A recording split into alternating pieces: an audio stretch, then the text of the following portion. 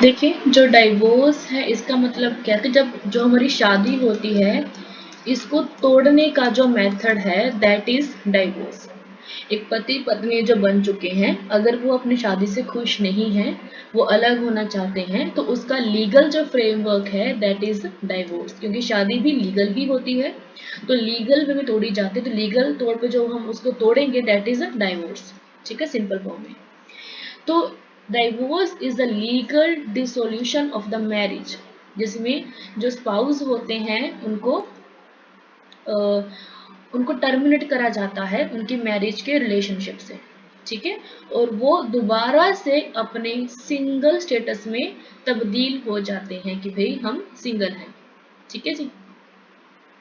आगे, divorce can be initiated through various legal process depending on the law and regulation of the country of jurisdiction.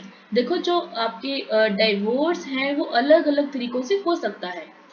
Base है कि आप कहाँ पे रह रहे हैं और वहाँ पे किस प्रकार का डाइवोर्स चल रहा है, किस तरीके का डिवोर्स वहाँ पे होता है। अगर मुस्लिम कम्युनिटी है वहाँ पे अलग तरीके का डिवोर्स है, हिंदू में अलग है, जैन्स में अलग है, क्रिश्चियन में अलग है, बुद्ध में अलग है, सिखों में अलग है। ठीक है, तो कैसे आपके वहाँ पे प्रोसीजर है, कैसे आपकी आपका जो जुरिडिक्शन है वो कैसे आपको प्रोवाइड करवाता है, दैट इज आल्सो डाइवोर्स। ठीक है, आगे देखो, डाइवोर्स जो है वो सोशली और लीगली रिकॉग्नाइज करता है आपके मैरिज के टूटने को। ठीक है, कि भाई सामाजिक तौर पे भी और लीगली तौर पे भी आप अलग अलग हो चुके हो। ठीक है, कोई आपका संबंध नहीं है आपस में। ठीक है, कोई किसी पे अपना अधिकार जमा नहीं सकता। तो इसमें हमारे पास अलग अलग सांस्कृतिक और कानूनी नियम होते हैं जिसको जो इसको रेगुलेट करते हैं कि आपने कौन सी टर्म एंड कंडीशन को फॉलो करना है ताकि आपका जो डाइवोर्स हो जाए। जैसे अगर कोई न्यूली वेड कपल है, ठीक है, और उनकी मैरिज को सिर्फ 1 महीना भी नहीं हुआ, सिर्फ 1 हफ्ता ही हुआ है और वो अलग होना चाहते हैं, तो उनको 6 मंथ का टाइम मिलता है अपनी मैरिज को तोड़ने के लिए। शायद वो दोबारा से बन जाए मैरिज, है ना, तो 6 मंथ का उनको टाइम मिलता है।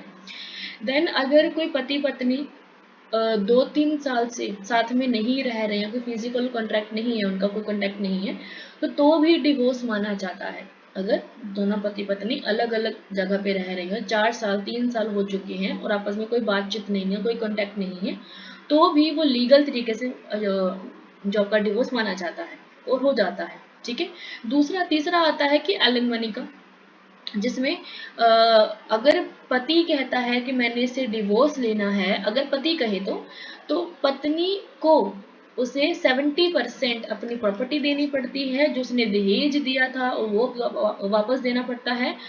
ठीक है, अगर वो 70% अपनी एलिमनी नहीं देता अपनी पत्नी को, तो उसको मंथली बेसिस पे अपनी सैलरी कुछ परसेंट देना पड़ता है।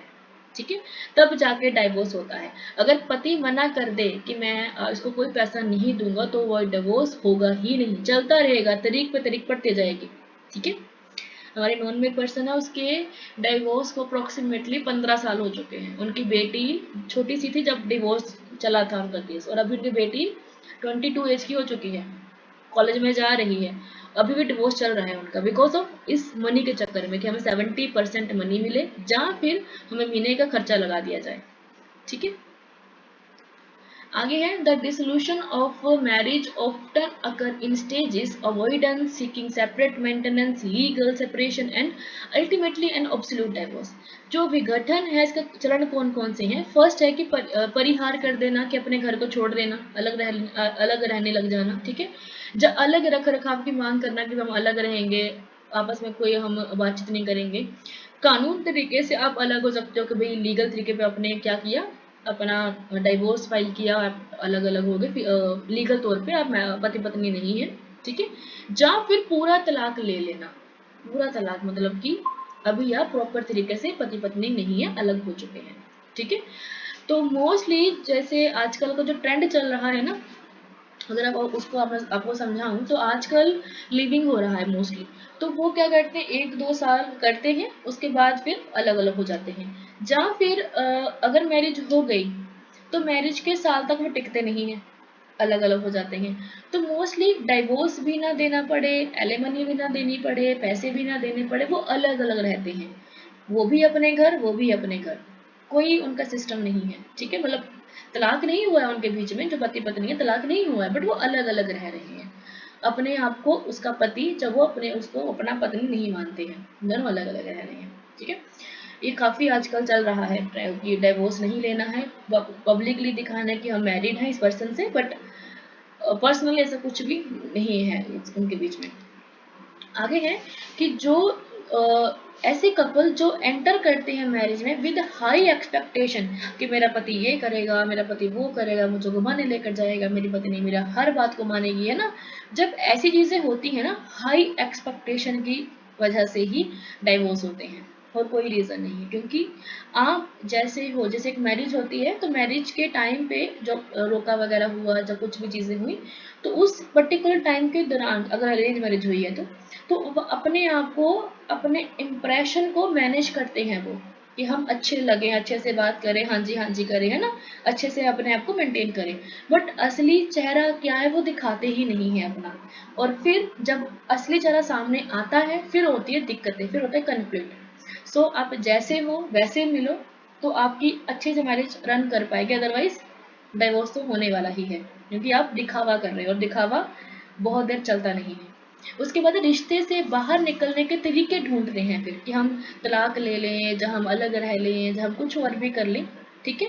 जहाँ हम बता दें कि हम अलग अलग रहेंगे, आप सेकंड मैरिज करवा सकते हो, आप सेकंड मैरिज थर्ड मैरिज करवा, जैसे मर्जी करवा लो, आपकी मर्जी है, ठीक है। तो दोनों ही म्यूचुअल एग्रीमेंट करके अलग अलग जा सकते हैं विदाउट डिवोर्स, ये भी हो सकता है, ठीक है।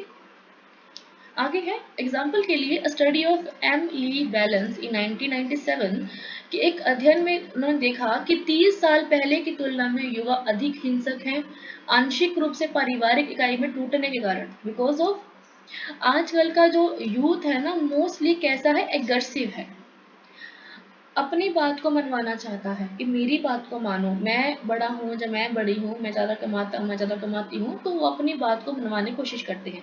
अगर सेकंड पर्सन वो चीज़ ना माने, तो वहाँ पे कन्फ्लिक्ट होगा, और छोटा सा कन्फ्लिक्ट कब एक भूचाल बन जाएगा पता भी नहीं चलेगा, और फिर बात डिवोर्स तक पहुँच जाएगी।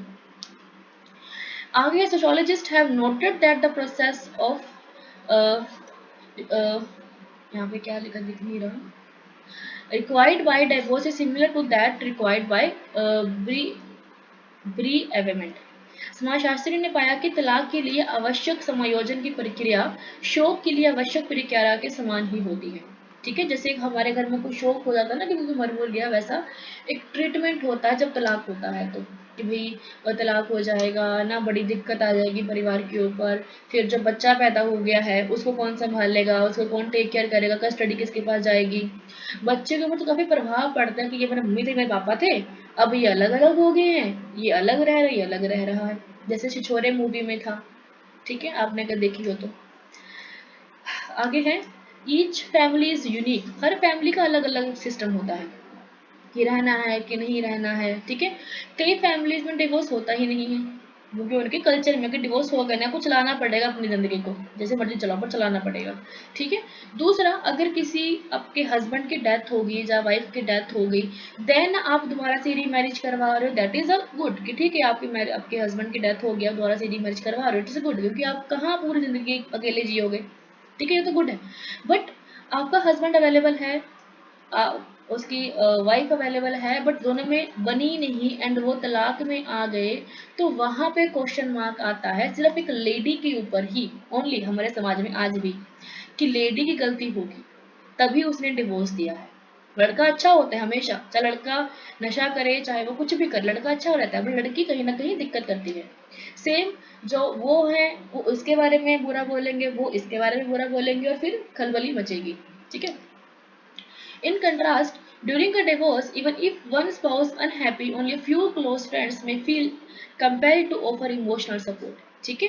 तलाक के दौरान क्या होता है कि अगर एक जीवन साथी बहुत दुखी है कि भाई तलाक हो रहा है, नहीं हो रहा है, तो जो बाकी के दोस्त हैं वो आते हैं उसको सहानुभूति देने के लिए कि भाई कोई बात नहीं है ना, तुम ठीक हो जाओगे, है ना, कोई और मिल जाएगा, या फिर ये दिस थिंग। सेकंड इज कि तुम डिवोर्स मत लो, है ना, तुम लड़की को बोलते हैं तुम डिवोर्स मत लो, है ना, तुम्हारा खर्चा कौन करेगा, सेकंड मैरिज कैसे होगी, है ना, लोगों के ताने सुनने मिलेंगे कि तुमने डिवोर्स ले लिया है ना, तो डिवोर्स ही कहलाओगी तुम एक, है ना, तो ऐसे करके बहुत कुछ चीज़ें इसमें रहती हैं।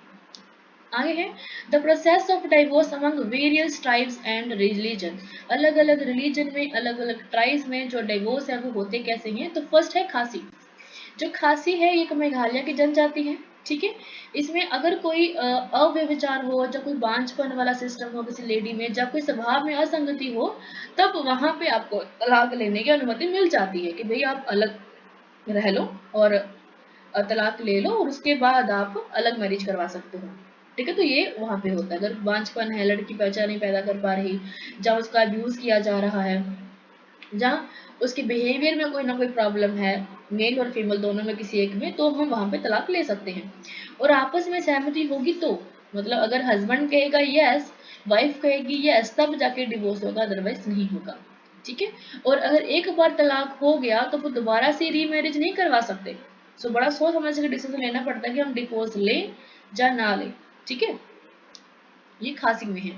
गौंड में क्या है कि वैवाहिक बेवफाई, जब मतलब एक्स्ट्रा मैरिटल अफेयर चला लिया, जहाँ घरेलू काम करते हुए कुछ लापरवाही, अपने बच्चे को अच्छे से नहीं संभाला, परिवार को अच्छे से नहीं संभाला, जब बांझपन है, जब झगड़ालू स्वभाव का दोनों मियाँ बीवी, तो वहां पे तलाक हो जाएगा, ठीक है। या तो पति करेगा या पत्नी करेगी, ठीक है, अब फाइल अपने डिवोर्स को। देन खारिया। खारिया एक में क्या होता है, सेम वही चीजें, अगर लड़की बांझ है, या बेवफाई करी है, या फिर आलस्य में है, लेजीनेस, पूरा दिन रील स्क्रॉल करती रहती है, ठीक है।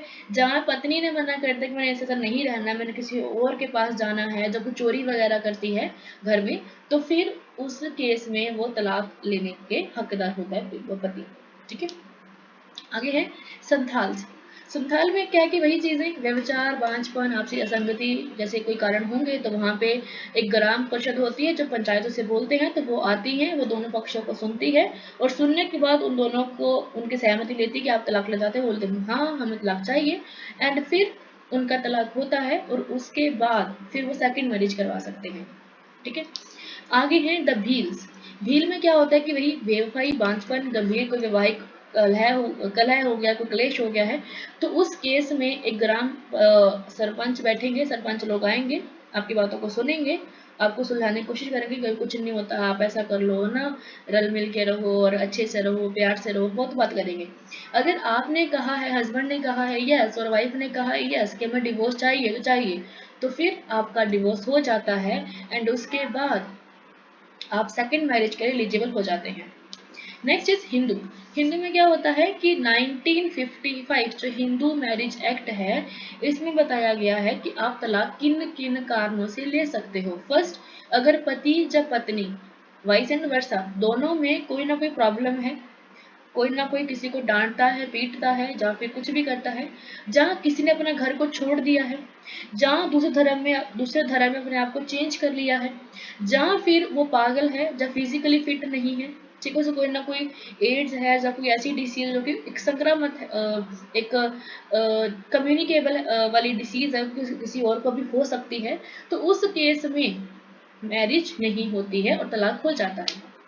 एक केस था जहाँ पे लड़की को एड्स थी, उसने बताया नहीं कि हमें एड्स है, उसकी मैरिज होती है, जब लगता है पता कि मेरी मैरिज हुई है, तो within one one week के अंदर अंदर ही उसका डिवोर्स फाइल हो जाता है उसके कोर्ट में, एंड 6 मंथ के बाद उसका डिवोर्स पूरे तरीके से लागू हो जाता है, ठीक है। सो फर्स्ट थिंग कि जो भी प्रॉब्लम है उसको खुले विचार से, खुले माइंड से कम्युनिकेट करो, ताकि एक हफ्ते बाद, एक महीने बाद जो डिवोर्स का झंझट है वो ना पड़े, ठीक है।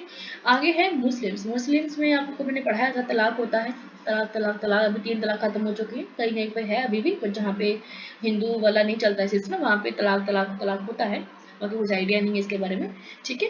तो जिसमें हस्बैंड बोलता है कि तलाक तलाक तलाक, और तलाक हो जाता है वर्बली, फिर उसके बाद केस फाइल होता है, जब जो एग्रीमेंट वगैरह रहते हैं वो होते हैं, ठीक है। एक होता है खुला। खुला में लेकिन महिलाएं खुला के माध्यम से तलाक ले सकती हैं, मतलब महिलाएं जो तलाक लेंगी वो खुला के माध्यम से लेंगी, ठीक है। और फिर अपने पति से मुआवजा भी लेंगी, 70% एलिमनी या फिर मंथली बेसिस के ऊपर, ठीक है। तलाक के आधार पे आधार क्या है कि असंगति हो, क्रूरता हो, नापुंसकता हो, फिजिकली फिट नहीं है पति, ठीक है, जब पत्नी वाइस एंड वर्सा, तो वहां पे आप तलाक ले सकते हो और उसके बाद आप री मैरिज करवा सकते हो, ठीक है। आगे है क्रिश्चियन। क्रिश्चियन में क्या है कि एक कैथोलिक है और प्रोटेस्टेंट है, कैथोलिक एंड प्रोटेस्टेंट है, ठीक है। कैथोलिक में क्या होता है कि तलाक को मान्यता नहीं देते हैं अधिकारिक तौर पर, कि आप तलाक नहीं लोगे, आपका विवाह रद्द घोषित कर देंगे, बट तलाक में ना उसमें ये थोड़ा सा रूढ़िवादी टाइप के हैं। तो ये कहते हैं कि आप अपने परिवार को चलाओ, जितना चलता उतना चलाओ, तोड़ो मत, ठीक है। तो अगर कोई वहाँ पे नापुंसकता है या कोई धोखा वगैरह दिया गया है, जब कोई प्रॉब्लम है घर में, तो वहाँ पे आप डिवोर्स वगैरह ले सकते हो। बट फिर भी जो कैथोलिक और रूढ़िवादी हैं वो डिवोर्स को इतना नहीं करते हैं।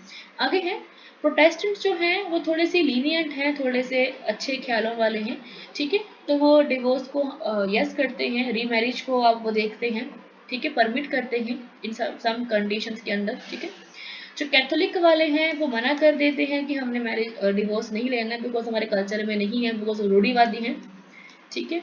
और जो प्रोटेस्टेंट थोड़े से पूंजीवादी हैं, ओपन माइंडेड हैं, तो इसीलिए वो री मैरिज को लेकर, डिवोर्स को लेकर ओपन है कि भाई ठीक है, होना चाहो तो होना ही है, उसको हम रोक नहीं सकते, ठीक है। आगे है सिख। सिख में क्या होता है कि डिस्करेजेस डिवोर्स, तलाक को हतोत्साहित करता है, विवाह की पवित्रता पर जोर देता है। जो सिख धर्म वो भी कहता है कि भाई तुम तलाक मत लो, ठीक है। बट अगर कोई वहां पे भी कोई प्रॉब्लम है, जैसे कि बेवफाई है, दुर्व्यवहार, आपसी सहमति नहीं बन पा रही है, तो वहां पे भी सिख मर्यादा के अंदर तलाक हो जाता है, और फिर वो स्पाउस जो कपल हैं वो रीमैरिज के लिए एप्लीकेबल हो जाते हैं, ठीक है। आगे है बुद्धिस्ट। बुद्धिस्ट में क्या होता है कि विवाह और तलाक के लिए कोई औपचारिक कानूनी सिस्टम नहीं है वहाँ पे, मतलब कोई सिस्टम है ही नहीं, तलाक कैसे होगा। बस ये है कि जो अभी आपका एग्रीमेंट बना होगा, जो भी आपके साइन वगैरह करे होंगे, तो अगर उसको फाड़ देंगे, वो उसमें लिख लेंगे कि हम आज से पति पत्नी नहीं है ना, हम अलग अलग रहेंगे, ठीक है। तो होता क्या है, रीजन सेम, असंगति, बेवफाई, आपसी सहमति नहीं बन पा रही है, फिजिकली फिट नहीं है, कोई ऐसी प्रॉब्लम है जो आपके जनरेशन में जा सकती है, तो फिर उस केस में डिवोर्स लिया जा सकता है। जैन्स में धर्म वैवाहिक संबंधों में अहिंसा और सद्भाव पर जोर देता है, ठीक है। तलाक की अनुमति है लेकिन इसे हतोत्साहित किया जाता है। तलाक के आधार पर आपसी सहमति, क्रूरता, गंभीर असंगति शामिल है। समुदाय अक्सर तलाक पर विचार करने से पहले वैवाहिक विवादों को सुलझाने के लिए मशवरा देते हैं। कि वो अगर कोई किसी ने कहा कि मैं तलाक लेना है, तो वहां पे वो क्या करेंगे, आप ठीक कर लो अपने रिलेशन को, अच्छे से मेंटेन कर लो, कोई प्रॉब्लम है डिस्कस कर लो, है ना। तो ये चीजें करते हैं वो, ठीक है। अगर नहीं बनती हैं चीजें, नहीं क्लियर होती है, फिर डिवोर्स उनका हो जाता है। आगे है इश्यूज क्या हैं। तो फर्स्ट है सोशल स्टिग्मा, सामाजिक कलंक, ठीक है। अगर तलाक हो गया ना, तो जो मेल है इसका तो कुछ नहीं जाता कि डिवोर्स है, ठीक है। जो कलंक आता है वो फीमेल के ऊपर आता है कि भाई इसने कोई गड़बड़ करी होगी, ये इसमें कोई ना कोई प्रॉब्लम होगी, तब इसको डिवोर्स मिला है। ये नहीं कि लड़का को कोई ना कोई प्रॉब्लम होगी, इसमें प्रॉब्लम होगी, फीमेल में होगी, तब इसको डिवोर्स मिला है, ठीक है। तो वो थोड़ा सा जो कलंक है वो एक फीमेल को झेलना पड़ता है एज कंपेयर ऑफ मेल। आगे फाइनेंशियल कंसर्न, कि अगर डिवोर्स हो जाता है तो जो एक मेल है, सॉरी जो फीमेल है, जो कमाई नहीं करती है, और उसके ऊपर काफी ज्यादा फाइनेंशियली बर्डन पड़ जाता है, क्योंकि उसको ना तो कोई काम है ना तो कोई घर है। जो उनके मायके वाले हैं वो भी उसकी सपोर्ट नहीं करते हैं कई केसेस में, कि भाई तुम अपने घर में रहो, हमारे घर में नहीं आना, डिवोर्स नहीं लेना है तुमने। अगर वो जबरदस्ती डिवोर्स ले भी ले, तो जो उसके मायके वाले हैं वो उसको अपने घर में रखते नहीं है, तो वो कहाँ जाए, ठीक है। फिर उसके ऊपर कहीं ना कहीं वित्तीय चिंताएं आ जाती हैं। तो सेम लाइक मेल के ऊपर भी आती है, बिकॉज उन्हें हर महीने अपनी वाइफ को पैसे देने होते हैं, राइट, हर महीने देने होते हैं, अपनी 50 या 40% तो रहता है इनकम का, या फिर 70% जो एलिमनी है वो देनी होती है, ठीक है। आगे है चाइल्ड कस्टडी एंड सपोर्ट, सबसे बड़ा रीजन, अगर बच्चा पैदा हो गया है अगर उसके बाद डिवोर्स हो रहा है तो वहां पे दिक्कत है। कस्टडी किसके पास जाएगी? जिसके पास कस्टडी जाएगी, एक तो उसको इमोशनली स्ट्रांग होना पड़ेगा फर्स्ट, सेकंड इकोनॉमिकली स्ट्रांग होना पड़ेगा, बिकॉज बच्चा है, उसके अपने खर्चे हैं, उसकी पढ़ाई है, आगे कॉलेज है, उसकी आगे मैरिज है, तो कौन करेगा? ठीक है। तो ये बहुत बड़ा एक चीज़ें रहती, इशू रहता है कि बच्चा किसके पास जाए, मेल या फीमेल के पास। ठीक है। एंड बच्चों की डेवलपमेंट किसके पास ज़्यादा अच्छी होगी, मेल है या फीमेल है, कैसे रहेगा, बहुत चीज़ें इसमें रखती हैं मायने। आगे लीगल प्रोसीजिंग। ठीक है। देखो, एक तो जो डिवोर्स की प्रोसीडिंग काफ़ी लंबी होती है। अगर दोनों हस्बैंड वाइफ में से कोई एक अटक गया है कि भाई मुझे ये चाहिए चाहिए, अगर वो नहीं दे रहा है तो वो 15 साल 20 साल केस चलेगा आराम से। ठीक है। अगर दोनों की सहमति है कि हमें डिवोर्स लेना है तो विद इन 6 मंथ आपका डिवोर्स हो जाता है। अगर कोई एक अटक गया तो वहां पर डिवोर्स नहीं होता। ठीक है। मेरे पास ऐसे 2-3 केसेस हैं, आपको मैं सुनाऊंगी उनके किस्से, आपको बड़ा वो लगेगा हैरानी देना कि बस ऐसा भी कुछ होता है डिवोर्स में। ठीक है। आगे है इम्पैक्ट ऑन चिल्ड्रन। तो बच्चों के ऊपर काफ़ी ज़्यादा प्रभाव पड़ता है इस चीज़ का कि भाई मैरिज हुई, मैं पैदा हुआ, ये मेरे मम्मी है, ये मेरे पापा हैं, अब ये अलग अलग हो गए, तो मैं बड़ा कन्फ्यूजन में रहता है, मैं क्या करूँ, किसके पास जाऊँ, किससे अपनी बातों को शेयर करूँ, है ना। देन अगर जब उसकी टाइम आएगा जब कमिटमेंट का, तो वो डरेगा कि मैं अपने कमिटमेंट में जाऊं या ना जाऊं, अगर कहीं मैं अपने मम्मी पापा की तरह डिवोर्स में चला गया फिर, है ना, जहाँ कोई प्रेशर आ गया तब क्या होगा। तो फिर ये चीज़ें एक बच्चे के ऊपर काफ़ी ज़्यादा प्रभावी होती हैं, जो कि जन्म से उसको मिल जाती हैं। फिर वो चिड़चिड़ा होता है, थोड़ा सा गुस्से वाला होता है, थोड़ा सा खुराफंती रहता है। ठीक है। आगे है और क्या इश्यूज है, फर्स्ट एडल्टरी, मतलब कि अव्यभिचार कर देना, किसी को मारना पीटना, उसकी वीडियो फोनोग्राफी कर लेना। देन बांझपन का रोग हो जाना। ठीक है। किसी लड़की को वो बच्चा नहीं पैदा कर सकती, अभी तक काफ़ी सारी ऐसी चीज़ें जैसे कि सोरोगेसी है, आईवीएफ है, एडॉप्शन है। तो आज तो लोग ओपन माइंडेड हो चुके हैं, बट कुछ ऐसे आज भी लोगों में बहुत रूढ़ी बात है कि हमें तो बस अपना खून चाहिए, जो अपने खून का हो। मतलब मैं किसी से बात कर रही थी, मैंने बोला कि अगर आपको इतना ही है कि अपना खून चाहिए तो आप उसको हर महीने अपना खून चढ़ा दो, आपको खून का हो जाएगा वो। देन स्वभाव में असंगति है, आपस में बन नहीं रही है, अंडरस्टैंडिंग नहीं है, कम्युनिकेशन नहीं है। ठीक है। और फिर वो उसमें मैरिटल में एक्स्ट्रा मैरिटल अफेयर लेकर आ रहे हैं, अलग अलग लोगों से मिल रहे हैं। ठीक है। घरेलू कर्तव्य में लापरवाही है, जैसे कि घर जो वाइफ है वो अच्छे से घर को मेंटेन नहीं, सफाई वगैरह नहीं करती है, खाना अच्छे से नहीं प्रिपेयर करके देती है। सेम लाइक हस्बैंड जो है टाइम से घर नहीं आता है, बच्चे से खेलता नहीं है, वाइफ से नहीं ज़्यादा खेलता, तो फिर क्या होगा, जो उनके घरेलू कर्तव्य हैं, जो उनकी घरेलू ड्यूटीज़ हैं, जब वो कंप्लीट नहीं करेंगे तो वहाँ पे कुछ ना कुछ प्रॉब्लम क्रिएट होगी। तो झगड़ालू स्वभाव हो, हर बात पे झगड़ा, हर बात पे कुछ ना कुछ टॉर्चर, कुछ ना कुछ ताने, कुछ ना कुछ बोलते रहना, तो ये भी एक इशू है जो कि डिवोर्स का बनता है। आगे है कि पत्नी का कहना कि मैंने अपने पति के साथ रहना ही नहीं है, तो ये भी कहीं ना कहीं एक डिवोर्स का इशू बन जाता है। देन चोरी वगैरह करना, घर से सामान चोरी करके भाग जाना, जब किसी को प्रोवाइड करवा देना, तो ये भी एक इशू है डिवोर्स का।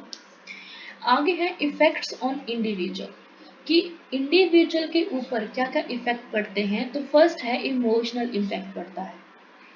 आप किसी से मैरिज में आए, बंधे रहे 1 साल 2 साल 3 साल, फिर आपकी नहीं बनी, आपका डिवोर्स हो गया, तो आपका जो इमोशनल है, इमोशन जो चीज़ें हैं वो काफ़ी ख़त्म हो जाता है, बड़े प्रैक्टिकल हो जाते हैं, भाई ये चीज़ है, ये चीज़ है, ये चीज़ है, और कुछ नहीं।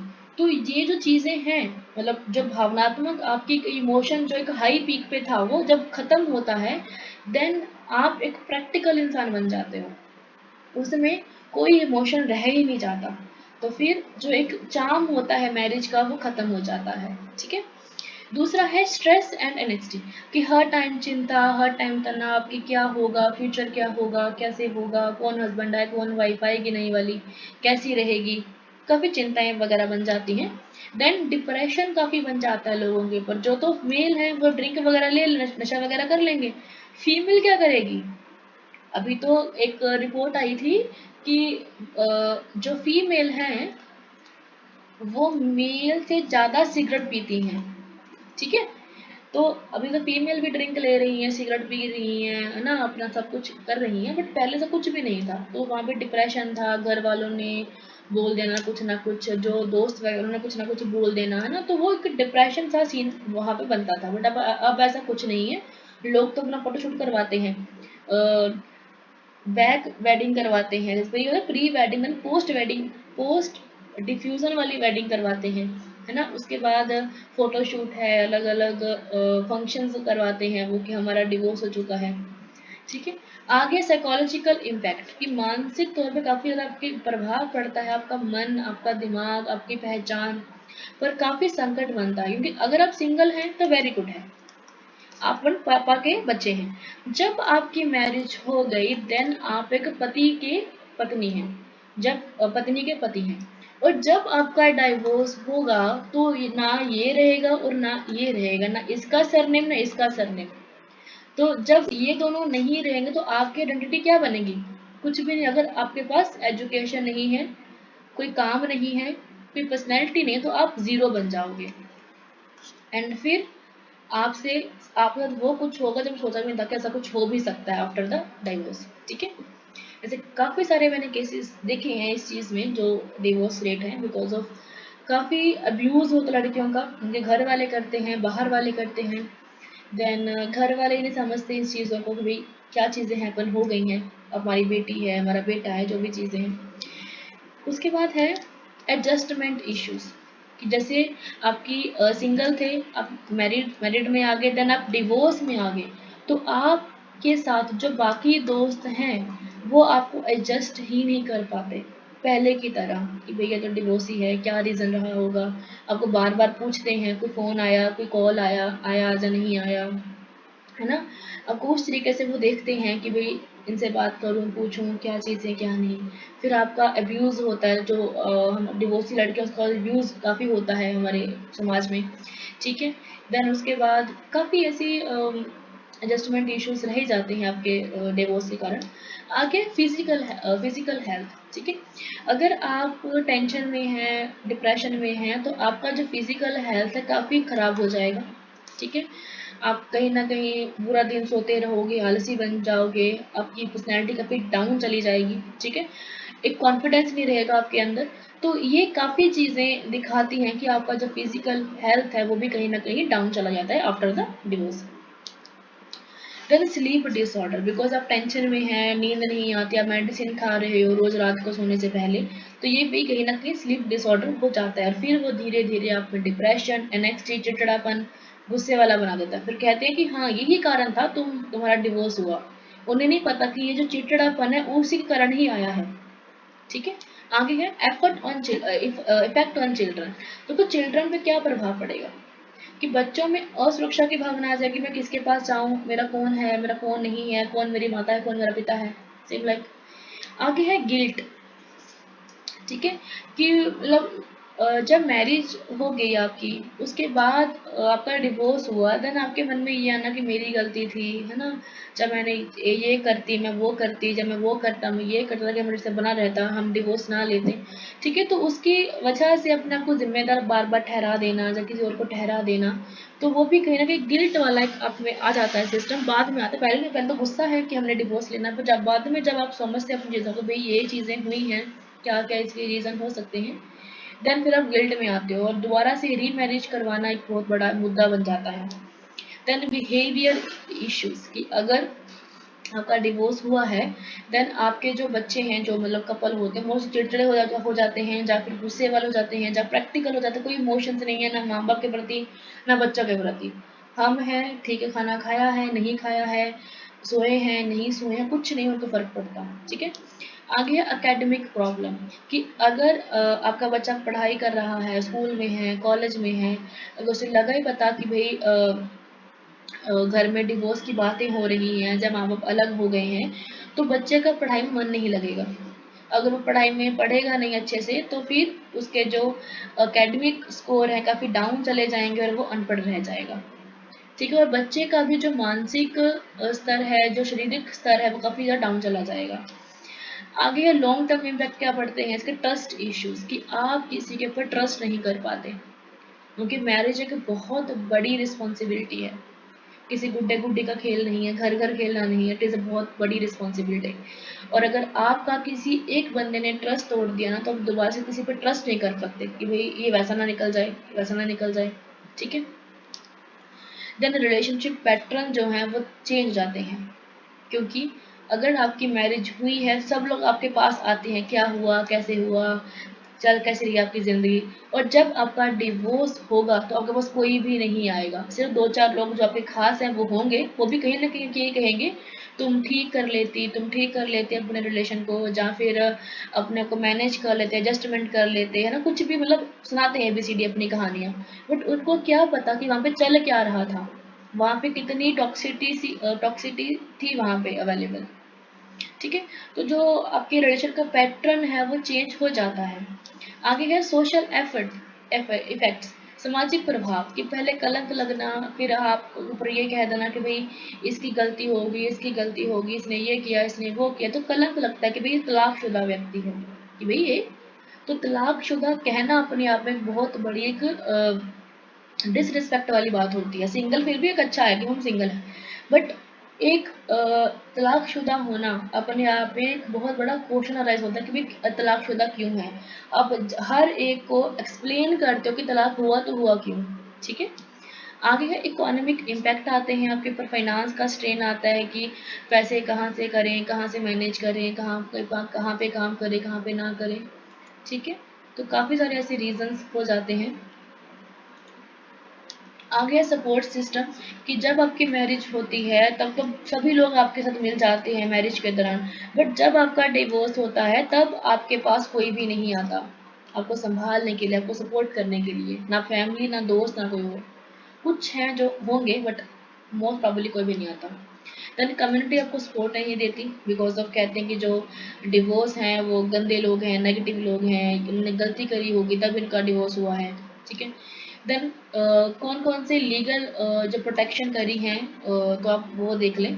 तो फर्स्ट है protection of women from domestic violence act 2005। इसमें अगर कोई भी व्यक्ति किसी की लड़की के ऊपर मारपीट करता है तो इस एक्ट के अगेंस्ट वो उसके खिलाफ कार्रवाई करवा सकती है।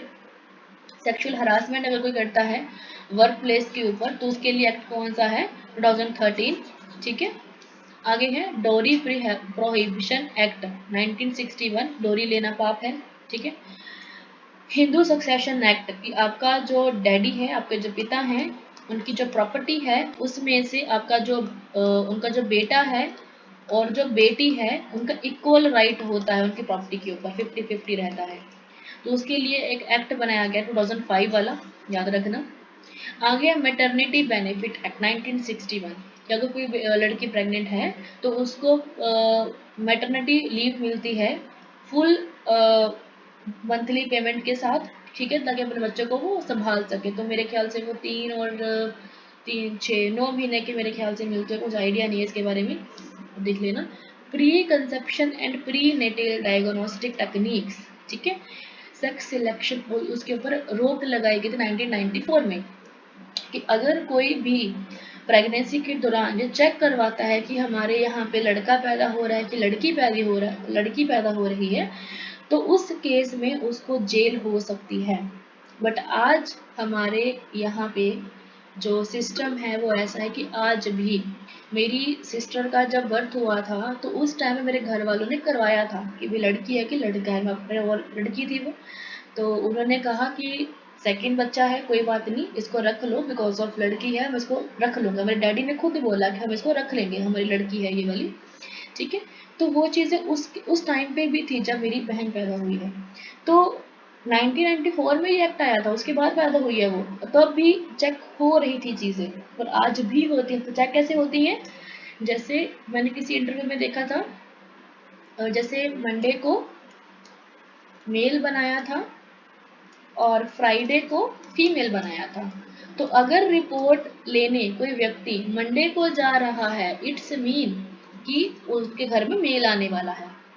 अगर कोई बंदा रिपोर्ट लेने फ्राइडे जा रहा है तो इट्स मीन कि जो आपका बच्चा है वो फीमेल है, ठीक है।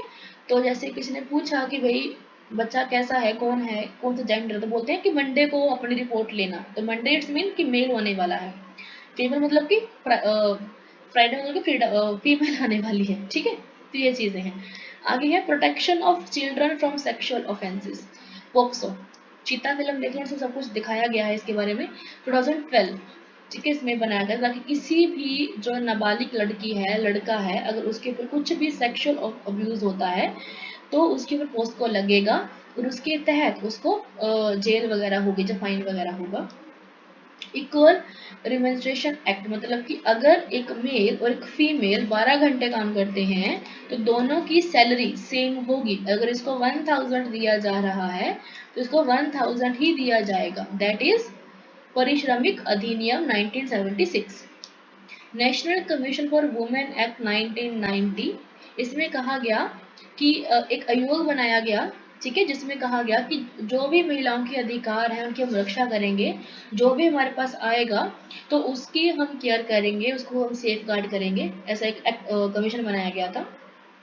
Prohibition of child marriage act 2006, six में एक एक्ट बना था कि 18 ईयर्स से छोटी किसी लड़की की मैरिज नहीं होगी, और 21 से छोटे की लड़के की मैरिज नहीं होगी, पर आज हो रही हैं। हालांकि ये एज जो है वो 21 हो चुकी है, अभी 2020 में आया था, 2021 में मेरे ख्याल से आई थी ये वाली अमेंडमेंट कि भाई 21 एज लड़की की होगी तब उसकी मैरिज होगी। बट आज अगर हम आप रील्स देखो तो रील्स में 17 ईयर के बच्चे, 14 ईयर के बच्चे मैरिज करवा रहे हैं, ठीक है, घर वाले सपोर्ट कर रहे हैं उनको वीडियोस बनाने में, रील्स बनाने में। Maternity and child welfare scheme 1964, ठीक है, कि अगर कोई गर्भवती महिला है तो अगर उसने कोई से अपने स्वास्थ्य संबंधी कोई सहायता लेनी है तो वो जो गवर्नमेंट ऑफ हॉस्पिटल्स हैं वहाँ पे वो फ्री अपना ट्रीटमेंट करवा सकती हैं। उनकी शुरुआत से लेकर उनकी जब तक उनका बच्चा बड़ा नहीं हो जाता तब तक उसको फ्री ट्रीटमेंट मिलेगा, मेरे ख्याल से 1 साल तक उसको जो भी इंजेक्शन वगैरह लगते हैं बच्चे को सब फ्री होते हैं गवर्नमेंट से, ठीक है। आगे है the medical termination of pregnancy act 1731, कि एक लड़की को अधिकार है कि उसने अपना अबॉर्शन करवाना है या नहीं, ठीक है, उसके ऊपर कोई बलपूर्वक जब फोर्सफुली नहीं करवा सकता कि भाई तुम अबॉर्शन करवाओ, तुमने ये लड़की है, ये वैसा है, ये वैसा है, ठीक है। Then indecent representation of women prohibition, कि अगर कोई किसी की गलत तरीके से एडवर्टाइजमेंट करवाता है, जब मीडिया में, जब विज्ञापनों में उसको गलत तरीके से पेश करता है तो उसके ऊपर भी एक्ट लगता है 1986 वाला। इमोरल ट्रैफिकिंग, कि अगर कोई किसी को अनैतिक व्यापार करता है, महिलाओं को शोषण करता है, या फिर उसको किडनैप करके किसी को सेल करता है तो उसके ऊपर 1956 के अकॉर्डिंगली कार्रवाई करी जा सकती है, ठीक है। आगे है compulsory registration of marriage act 2006, कि अगर किसी की मैरिज होती है तो उसको अपना पंजीकरण करवाना पड़ेगा अपना लीगल वे में कि हमारी मैरिज हुई है, ये हमारी एज है, ये हमारा रीजन है, ठीक है, ये हमारी कास्ट है, ठीक है, तो हमारी मैरिज हुई है और ये आपको करवाना ही पड़ेगा, तभी जाकर आप अपने एड्रेस वगैरह चेंज करवा सकते हो, पति का नाम आधार कार्ड में लिखवा सकते हो, ठीक है। आगे है prohibition of employment of manual scavengers and their rehabilitation act 2013, कि जो मैनुअल जो कूड़ेदान वाला होता है, जो आपके मैनुअल आपका सीवरेज वगैरह साफ करते हैं, तो इनके ऊपर रोकथाम करी गई थी कि भाई अगर आपके पास रोबोट वगैरह है, कोई मशीनरी वगैरह है, तो उसका यूज़ क्यों नहीं करते, क्यों लोगों को गटर में भेजते हो आप सफाई करने के लिए, आपका कचरा है तुम सफाई कर लो, ठीक है, तो ऐसा क्यों नहीं करते आप, तो क्यों आप उनको भेजते हो, तो उनके ऊपर एक एक्ट लगाया गया था 13 वाला, ठीक है, कि ताकि कोई भी व्यक्ति खुद गटर में ना जाकर सफाई करे, ठीक है। आगे protection of women from sexual harassment 2019, कि अगर किसी भी लड़की के ऊपर कोई भी सेक्सुअल हरासमेंट होता है तो उसको इस एक्ट के अकॉर्डिंगली जो अमेंडमेंट हुआ था उसको जेल वगैरह होगी, फाइन वगैरह लगेगा, ठीक है। Scheduled caste and scheduled tribes act 1989, इसमें जो हमारे पास मार्जिनलाइज्ड वुमेन्स आती हैं कास्ट के हिसाब से या ट्राइब्स के हिसाब से, उनके साथ जो वायलेंस होता है, जो भेदभाव होता है, उनकी उनको सिक्योरिटी प्रोवाइड करवाने के लिए, उनको सुरक्षा करने के लिए ये एक्ट लॉन्च करा गया था। बिकॉज ऑफ मोस्टली ऐसा होता है, अगर आपने आर्टिकल 15 मूवी देखी हो तो उसमें भी जो एसटी की भी, एससी कास्ट की थी मेरे ख्याल से, मतलब जिनका रेप होता है उनको मार देते हैं और उनको टांग देते हैं, मार के टांगते हैं हमारे पेड़ के ऊपर, और कहते हैं कि इन दोनों लेस्बियन थे तभी इनका इनके पिता ने मार दिया है, ऐसे करके। बट पुलिस, जो हमारे पर राजकुमार जी हैं, वो पुलिस वाले होते हैं, फिर वो देखते हैं कि क्या रीज़न था, क्यों इनका ये चीज़ें करी गई, फिर देखते हैं कि भाई इनका रेप हुआ था जो कि किसी उस जाति के लोगों ने करा था। फिर उसको छुपाने के लिए इन्होंने लड़कियों को मार दिया, जो कि एस छोटी कास्ट की थी, एससी या एसटी कास्ट की थी, ठीक है। तो ऐसी चीज़ें ना हो, इनका ट्रैफिकिंग ना हो, जो कोई पढ़े लिखे तो होती नहीं है ये लोग इतना, तो इनका ट्रैफिकिंग ना हो, इनसे बुरा ना हो, तो इसी वजह से इनको ये एक्ट दिया गया है, ठीक है। आगे है protection of human right act 1993, कि आपके जो ह्यूमन राइट्स हैं, कि हम एक ह्यूमन हैं, हम चाहे मेल हैं, चाहे हम फीमेल, चाहे हम थर्ड जेंडर, हम एक ह्यूमन हैं, राइट।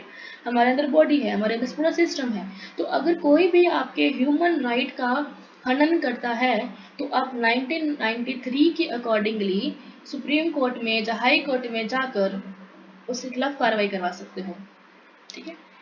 आगे है national policy for empowerment of women 2001, मतलब लड़कियों को ऐसा प्रमोट करा गया कि जो लड़कियां काम करना चाहती हैं उनको गवर्नमेंट सपोर्ट करेगी, सब्सिडी प्रोवाइड करवाएगी, ठीक है, चाहे उनको क्रेडिट प्रोवाइड करवाएगी ताकि वो अच्छे से काम कर सके, अपने आप को इम्प्रूव कर सके, ठीक है। सो एक हमारे पास और था अमेंडमेंट 2023 में हुआ है, 33% का रिजर्वेशन जो मिला है फीमेल्स को लोकसभा और राज्यसभा में, ताकि जो वुमेन्स हैं वो पॉलिटिशियन में आ सके, ठीक है जी।